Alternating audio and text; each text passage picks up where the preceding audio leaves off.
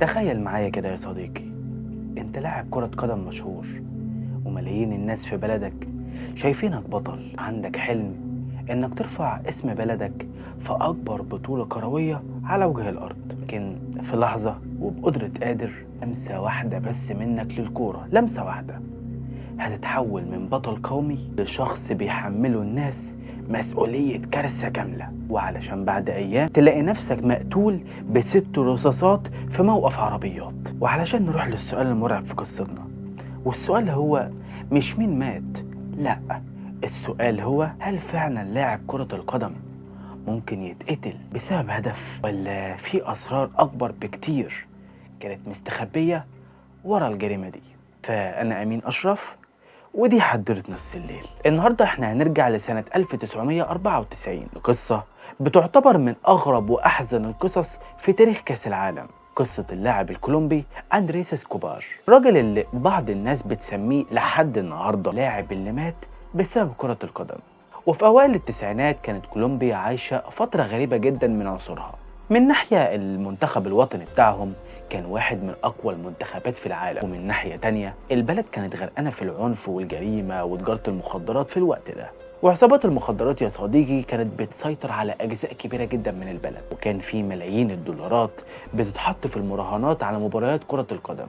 وده خلق ميكس خطير جدا يا صديقي في القصة: كرة قدم، فلوس، ونفوذ إجرامي. التلاتة دول مع بعض يا صديقي عملوا ميكس أو خلطة عمرها ما تنتهي بشكل كويس أبدا. وفي وسط كل الفوضى دي ظهر لاعب اسمه أندريس اسكوبار. ده كان مدافع، وكان يقال ان هو محترم في حياته الاجتماعية بتاعت الناس، وكان بعيد كل البعد عن المشاكل، لدرجة ان الجماهير كانت وقتها بتسميه الرجل النبيل في زمن مليان عنف. وكان اللاعب أندريس اسكوبار كان واحد من الناس القلائل جدا اللي الناس كانت بتحترمهم فعلا. وفي سنة 1993 كولومبيا عملت حاجة غريبة جدا محدش كان متوقعها.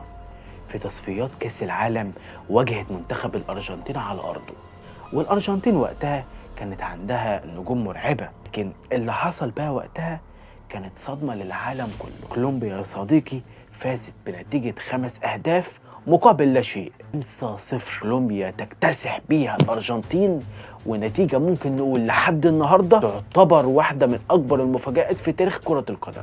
كان بعد المباراة دي العالم كله يبدأ يتكلم عن كولومبيا، وخبراء كتير قالوا ان المنتخب ده مرشح بقوة ان هو يوصل لبعيد جدا في كأس العالم، لدرجة ان بعضهم قال ان ممكن ينافس على اللقب نفسه. والجماهير الكولومبية بدأت فعلا انها تحلم، والاحلام ساعات يا صديقي بتكون اخطر من الكوابيس. ان كل ما الحلم بيكبر كل ما الصدمة بتبقى اعنف. ولحد ما نوصل لكأس العالم 94 كان وقتها بيتلعب في امريكا، وكان الضغط على المنتخب الكولومبي مرعب بطريقة صعبة جدا. الإعلام بيتكلم عنهم بشكل يومي، والجماهير مستنية إنجاز تاريخي، والبلد كلها كانت عايشة على أمل البطولة دي. أما أندرياس فكان مركز على حاجة واحدة بس، وهي إن هو يلعب كويس ويرجع لبلده مرفوع الراس زيه زي لعيبة كتير موجودة في نفس المنتخب. لكن القدر كان مجهز له حاجة تانية خالص. في أول مباراة المنتخب كانت ضد رومانيا، والمفاجأة إن كولومبيا خسرت والجماهير اتوترت.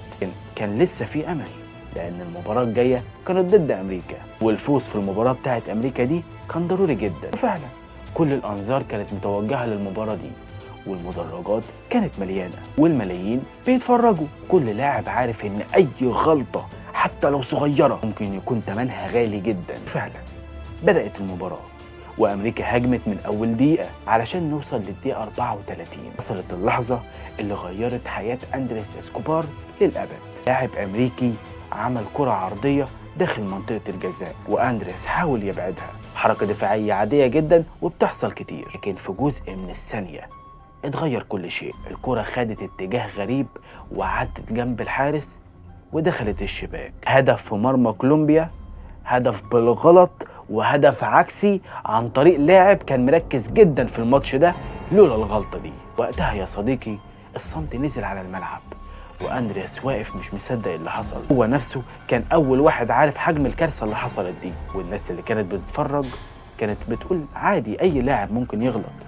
وده صحيح، لكن المشكلة إننا بنتكلم عن كاس عالم، وبنتكلم عن منتخب شايل أحلام بلد كاملة فوق ظهره، وبيتكلم عن دولة كانت المراهنات فيها بالملايين، ومش هكدب لو قلت ملايين الدولارات. كل ده خلى الغلطة الصغيرة دي تتحول لانفجار ضخم. للأسف المباراة انتهت وقتها بخسارة كولومبيا، وبكده فرص التأهل بقت شبه مستحيلة.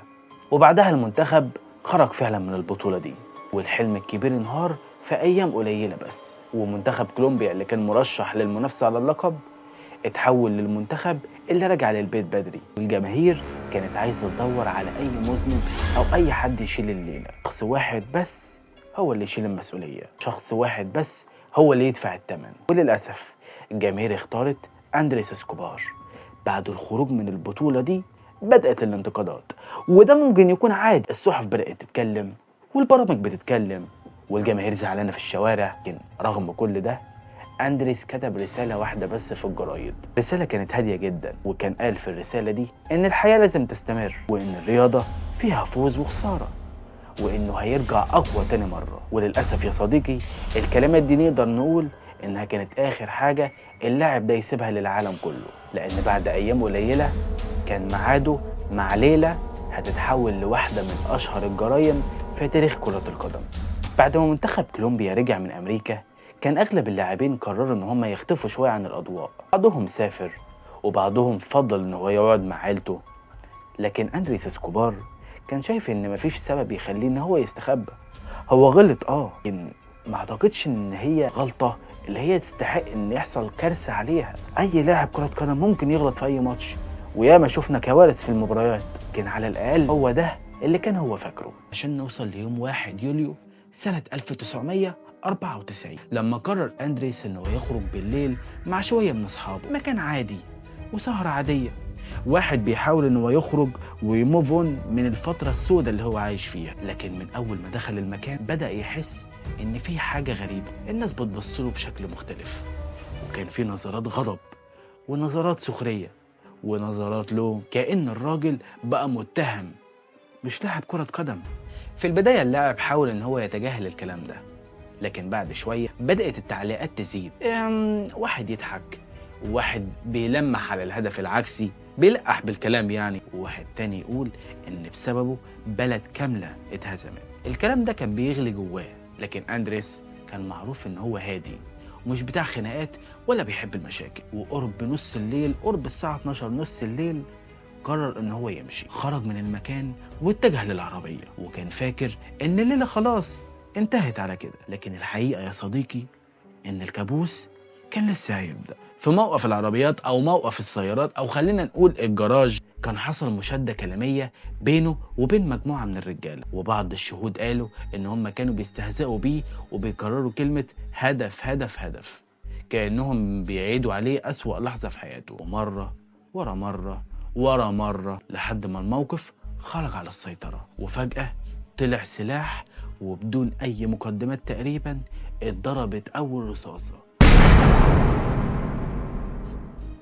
ثم التانية، ثم التالتة، ثم الرابعة، ثم الخامسة، ثم الستة. 6 رصاصات كاملة يا صديقي اتضربوا في صدر اللاعب أندريس اسكوبار. وفي بعض الروايات بتقول إن القاتل كان بيصرخ وبيقول كلمة جول بعد كل طلقة، كأنه بيعيد نفس الهدف العكسي بس بطريقة مرعبة.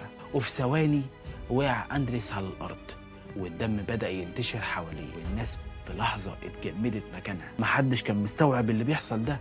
هو اللي بيحصل ده أصلا حقيقي؟ هل لاعب منتخب وطني ممكن يتقتل بسبب ماتش كورة؟ وبسرعة يا صديقي فعلا تم نقله للمستشفى، والأطباء حاولوا إن هم ينقذوه بسرعة، وساعات طويلة جدا من المحاولات، لكن الإصابة كانت خطيرة جدا، علشان في صباح اليوم التاني أعلنوا وفاته. وفاة لاعب عنده 27 سنة بس. 27 سنة يعني لسه حياته كلها قدامه، لكن انتهت بسبب دقايق قليلة جدا في ملعب كرة قدم، أو على الأقل ده اللي العالم كله كان فاكره. أول ما الخبر انتشر الصحافة العالمية لقت قصة جاهزة، لاعب سجل هدف عكسي وتم قتله بسببه. قصة صادمة ومخيفة وسهلة إن هي تتفهم، لكن مع مرور الوقت بدأت أسئلة غريبة تظهر. هل فعلا ممكن واحد يتقتل بسبب هدف؟ أو هل فعلا ممكن حد طبيعي يقتل لاعب كرة قدم بسبب هدف؟ هل الموضوع كان بالبساطة دي أصلا ولا في حاجة أكبر كانت مستخبية؟ اتحاد يا صديقي كشفت إن الأشخاص المتورطين في الجريمة دي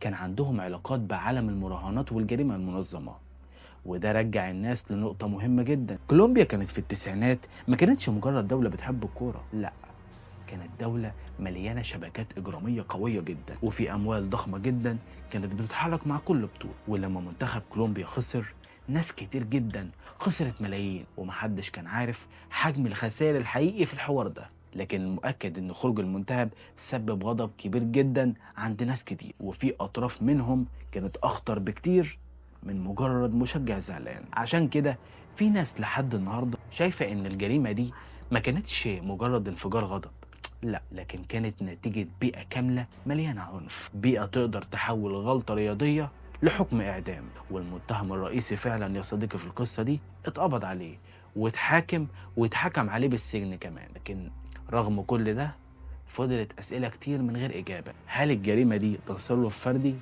ولا هل كان في ناس وراه؟ وهل الدافع الحقيقي كان هو الهدف ولا الخسائر المالية الكبيرة ولا ممكن نقول الكبرياء ولا كل الحاجات دي مع بعض؟ الحقيقة يا صديقي في القصة ديت عمرها ما هتتعرف، وده اللي مخلي القصة دي لحد النهاردة عايشة. وفي يوم جنازة اللاعب الناس نزلت الشوارع بالآلاف، عشرات الآلاف. الجماهير كانت مصدومة، وكان في ناس كانت عمالة تعيط، وفي ناس مش مصدقة أصلا، وفي ناس تانية بدأت تحس بالذنب لأن جزء من الهجوم اللي اللاعب اتعرض ليه بعد البطولة دي كان جاي من الإعلام والجمهور. وفجأة الناس افتكرت إنه كان واحد من أكتر اللاعبين احتراما، وإنه عمره ما عمل مشكلة، وإنه كان مثال حي للاعب المحترف الغريب وسطيهم، وإن الهدف العكسي اللي خلى الناس تهاجمه هو نفسه اللي خلى العالم كله يفتكره. علشان بعد سنوات طويلة جدا بقت قصة أندريس اسكوبار أكبر من مجرد قصة لاعب كرة قدم،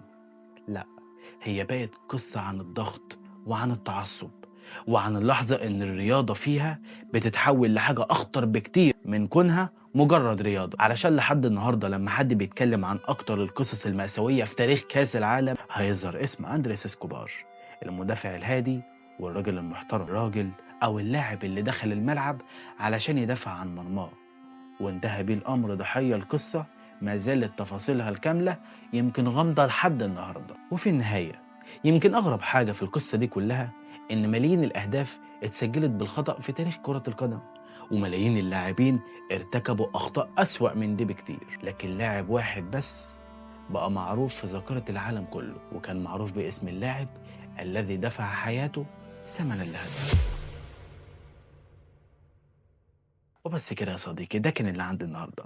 ما تنساش تعمل لايك واشتراك للقناه لو الفيديو عجبك، وما تنساش تكلمنا على الانستجرام لو عندك اي ملاحظه على الفيديوهات او حابب نقول اي قصه جديده.